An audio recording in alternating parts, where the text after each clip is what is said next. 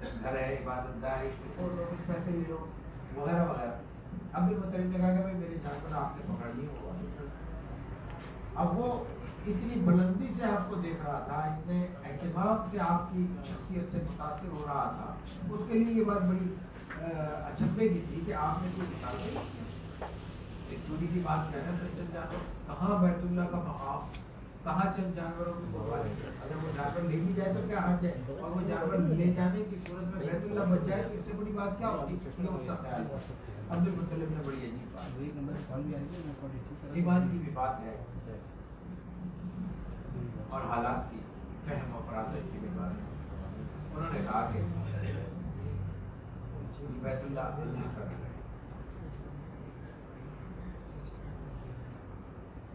میرا گھر نہیں ہے, میں تو اس کا خدمتگار ہوں. یہ جانور میرے ہیں, میں اس کا مالک ہوں, میری ملکیت میں جو چیز ہے میں اس کی بات کرنے آیا ہوں. باقی آپ جانے اور اللہ کا گھر جانے اور اللہ کی خود جانے. اس نے بہرحال متاثر ہوا, اس نے جو واپس کر دیے وہ واپس آ گئے. لیکن واپس آنے کے بعد انہوں نے کہا کہ سب ایمان کی بات ہے, سب چاروں طرف پھیل جائے. ان کو اندازہ ہو گیا تھا کہ اللہ تعالیٰ اور خود بیت اللہ کے دروازے کا حلقہ پکڑ کے آپ دعا میں مشغول ہو گئے. قریش کے ساتھ, قریش کے اور لوگ بھی ان کے ساتھ تھے, اور اس کے بعد انہوں نے اپنے آپ کو وہاں سے ہٹا دیا. کچھ جانور بھی کہتے ہیں کہ 100 بکریاں وہاں انہوں نے چھوڑ دی تھی, علادہ ڈال دی. عربوں کی روایت یہ تھی کہ جس جانور کو وہ اللہ کے راستے میں قربان کرنے کا ارادہ کرتے تھے تو اس میں گلے میں کچھ علامتیں ڈال دیتے تھے, کچھ نشان بھی لگا دیتے تھے. وہ اس بات کی علامت ہوتی تھی کہ اب یہ اللہ کا جانور ہے, اس کو انسان نہ کرے, نہ کوئی لوٹ مار کرنے والا لوٹے, نہ کوئی ضرورت مند اس کو کاٹے, نہ خریدے, نہ فروخت کرے. اور اگر اس کو کوئی ہاتھ لگائے گا تو ان کا عقیدہ تھا کہ اللہ کا عذاب ہے, اس کی اللہ کی ہے نظر ہے. تو یہاں انہوں نے یہ کیا کہ 200 بکریاں یا یہ اگر انہوں نے تو ظاہر ہے کہ بد نیت اور بد ارادہ ہے, یہ تو اللہ کے دربار پہ اللہ کے گھر پہ چڑھا ہے, یہ تو بدحسیاتی کریں گے جانوروں کو نقصان پہنچائیں گے تو اللہ کی غیرت آئے گی اور یہاں پہ ان پہ عذاب ہوگا. مار کے اس کے بعد اپنے مطلب نے ان کو اپنے سائڈ پہ کیا اور ایک طرف کر دیا. اس کے بعد پھر بارہ انہوں نے حملے کی کوشش کی اور حملے کے وقت پھر اللہ تعالیٰ کی عذاب کی کیفیت آئی جو سورہ فیل میں ہے. الگ طرح اصحاب فیل کے ساتھ اللہ نے کیا کیا,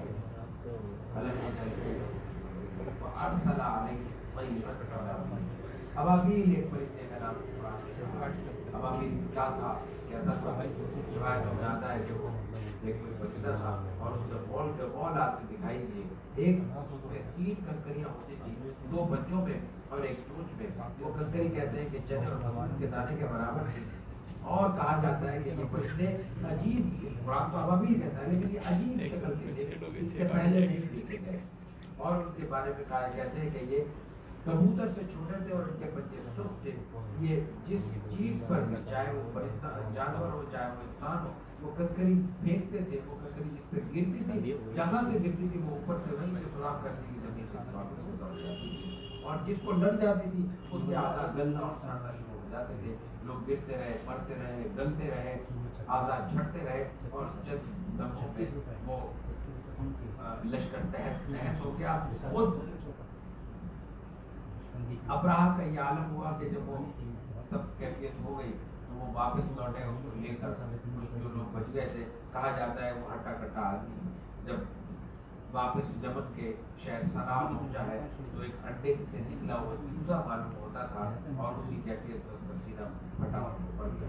کہتے ہیں سورہ فیل کے نزول کے وقت, یہ تو ظاہر ہے کہ رسول اللہ صلی اللہ علیہ وسلم کی بعثت کے بعد نازل ہوئی ہے کسی وقت, اور آپ کی بعثت کیا پیدائش, بعثت 40 سال کی عمر میں ہوئی, آپ کی پیدائش سے بھی 55-60 سال پہلے, 60 دن پہلے یہ واقعہ پیش آیا ہے. اتنے عرصے کے بعد بھی وہ لوگ موجود تھے جنہوں نے یہ واقعہ دیکھا تھا, اور کہتے ہیں کہ بعض صحابہ کرام کے پاس وہ کنکریاں محفوظ تھیں جو اللہ تعالیٰ کی طرف سے, اللہ کی قدرت سے عذاب کے لیے نازل کی. حضرت عائشہ صدیقہ رضی اللہ تعالیٰ عنہ سے بھی روایت ہے کہ میں نے بچپن میں اب اس ہاتھی کے قائد اور اس کے سائز کو خود دیکھا تھا، یہ دونوں اندھے اور لچے ہو گئے تھے، لوگوں سے بھیک مانگا کرتے تھے۔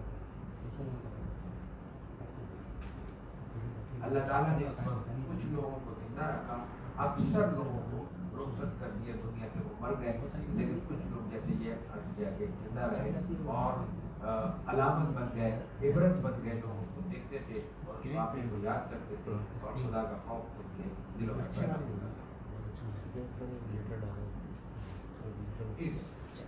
اس کے بعد اجداد کا تعارف اور وہاں سے پھر ولادت کا سعادت کا بیان شروع کریں گے انشاءاللہ۔ اس کے بعد ابھی پہلے چائے پیش کریں گے، اس کے بعد نماز ہوگی۔ اس دوران جو حضرات وضو کرنا چاہتے ہیں یہ وقفہ ہماری کوشش ہوگی کہ 15 سے 20 منٹ کا ہو تاکہ ہم زیادہ وقت اس درس کو دے سکیں اور آئندہ نشست میں کچھ زیادہ موضوعات آپ کے سامنے